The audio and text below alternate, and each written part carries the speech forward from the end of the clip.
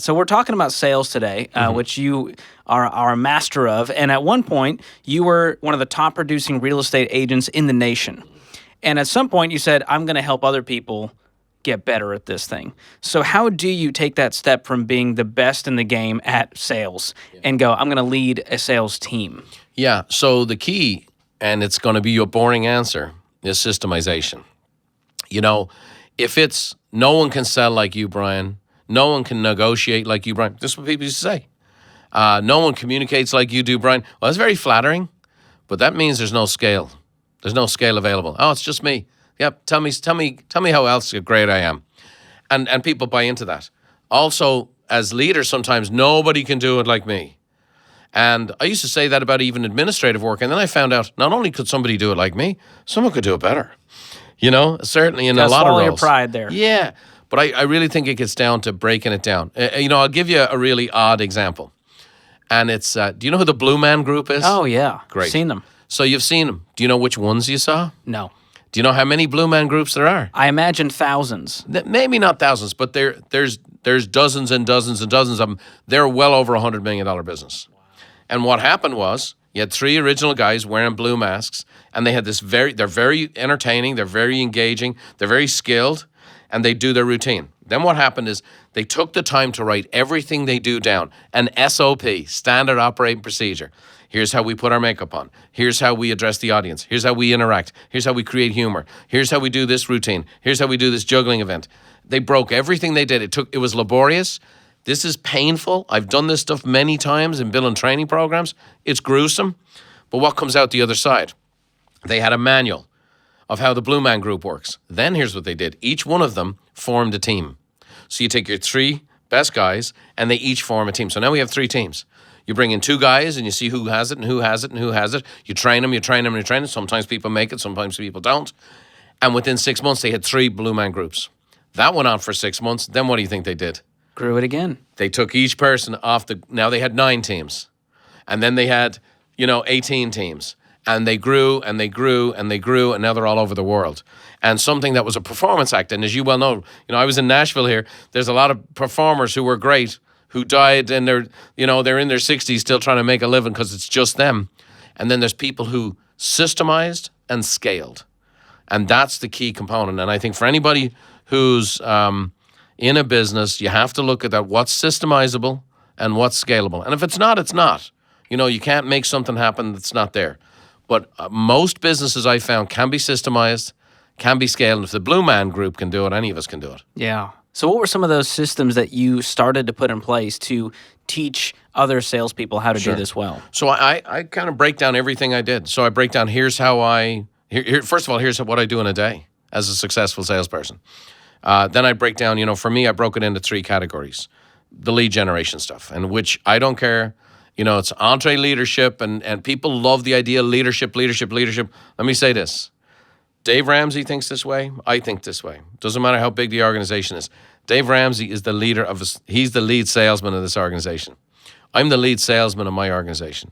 Still, I don't do much of the selling anymore, but I'm still responsible for the mantle of it. So how do you generate a lead? How do you generate a customer?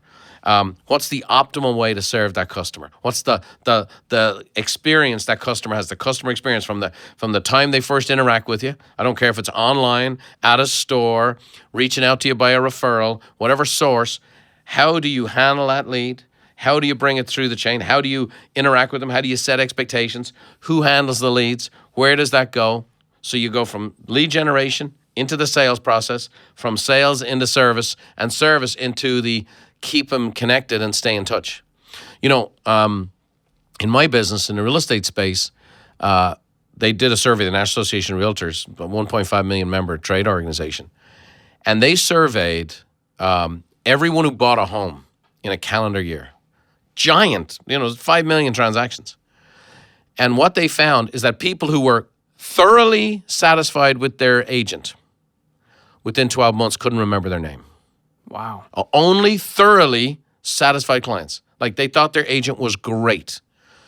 Only 28%. So part of what I do is, the lead generation is to keep in touch with my customers, keep in touch with my past customers, right? So if someone sells a house, they might not be selling for 5 years, they may never sell. That doesn't mean they're not a great source of referrals. My best ever client actually never bought a house with me. But she was an advocate of mine, and I stayed in touch with her. So for me, what we develop is what we call items of value. So let's say, George, I sell you a home. Every month, for eternity, you're going to hear from me. And I'm going to send you information, cool stuff, like, hey, here's how to save money on taxes. Here's how to improve your credit score. Here's how to protect you and your family from identity theft. On top of that, I'd write personal notes. And so at least every 90 days, you just get a personal handwritten note. And you open up your mail. It's sometimes just nice to say, hey, George, how you doing? I would do a thing called pop buys, where my very best clients, I would go and see them, bring them a little gift. Okay, here it is. It's Halloween. Here's a little something for the kids, right? And I would do this. It's funny. Now, here's a great example. I remember I was delivering flowers for Mother's Day. And I'm talking about, I had hundreds of clients. So I'm going down the farmer's market, loading up an SUV with flowers. I come to the office. Now, this is a classic. And I won't mention this gal's name, but she walks up to me. She goes, Brian, I know you're an immigrant and whatever else, but you know, in America, we have services that'll do this for you. They'll deliver the flowers for you. Now, this gal was selling about 6 homes a year. I was selling about 120 homes a year. Okay? And she's given me advice as the little immigrant. You know, we have services here that can deliver for you. Because she didn't understand, I wanted to go see the people. Now, I was too busy to do it. But as the primary lead generator from my real estate business, even though I had a big team, I needed to go see the people, shake hands. I'm delivering flowers. And I did it. I'd go from 8 in the morning till 12, 4 or 5 days the week of Mother's Day. I'd see all these gals in my database. I'd go into offices. Now imagine walking in here to the company. I walk in the office, open bullpen, and next thing I might have 2 or 3 gals in there that are clients of mine. Next thing you know, I'm delivering flowers. Now these heads start popping up like Who's moles. that guy? Like, who is that guy? And all the ladies start coming out of the cubicle. Who is this guy? Like, who is this guy? And he's our realtor. He's Brian. He does stuff like this all the time. And then they'd all look to the door because they're waiting for their realtor to come. And their realtor ain't showing up. And their realtor they might have been very happy with, but they're not going back to him. And here's the thing. I was top of mind. So when I'm letting them out, just so you know, and I didn't high pressure, but I'd say, George, just so you know, I'm never too busy for your referrals. And I got referral after referral after referral after referral, 35 to 40 referrals a month as a sales agent. So I systemized what I said, what I did, how I did it. And I taught it to my team. That team became so successful that then I would be asked to speak at conferences because I had very low advertising expenses and very high margins. I had a very high average sales price. And so, you know, you're 26 years of age and you're making $1 million a year in real estate in the early 90s. They're like, well, how are you doing this? So then I would start sharing, and I found out I could share, you know, the systems from stage. And then people say, okay, no, but I want the systems. So then the very systems I trained my own team on, I then packaged and trained for people at the events. And that then led to what's now Buffini Company, which, you know, 1 out of every 8 homes in America sold through our training and coaching. 1 out of every 7 in Canada. You get your license in South Africa, you're going to go through the Buffini training program. And it's all over the Czechoslovakia, you name it. We're in 41 countries. So it started by me systemizing what I did for my team. And then because I systemized it in such detail, the team did well. And then I was able to teach other people. So there's it led to double opportunity for me. Yeah, and it takes a level of humility to go, hey, I may be the best salesperson here, but I've got to kind of unpack my secrets so that other people can do this and so that our company can grow. Yeah, and here's what I found. Most secrets are just skills, and all skills can be learned. There's gifts. Some people are more gifted than others, right? But all skills can be learned. And so what I found was a lot of the stuff I did kind of naturally was actually a skill.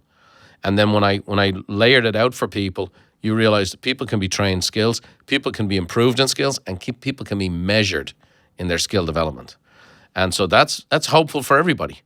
You know, like for example, there are people, and we've had them, you guys have had them. I have clients that are not very good with money naturally, who can become extremely skilled with money. All right? You learn how to budget. You learn how to, create the surplus. You learn how to invest. You set the structures in place. And the next thing you know, someone who naturally was bad with money as a person becomes good because they've developed the skills and the structures to keep them on track. And that's That's hope for everybody. That's hope for all the people who are listening, all the people who go to your conferences, all the people involved in your programs. You can get better. You can develop. You can be better. And that's, I think, as an entrepreneur, it's the lifeblood of entrepreneurship is to grow.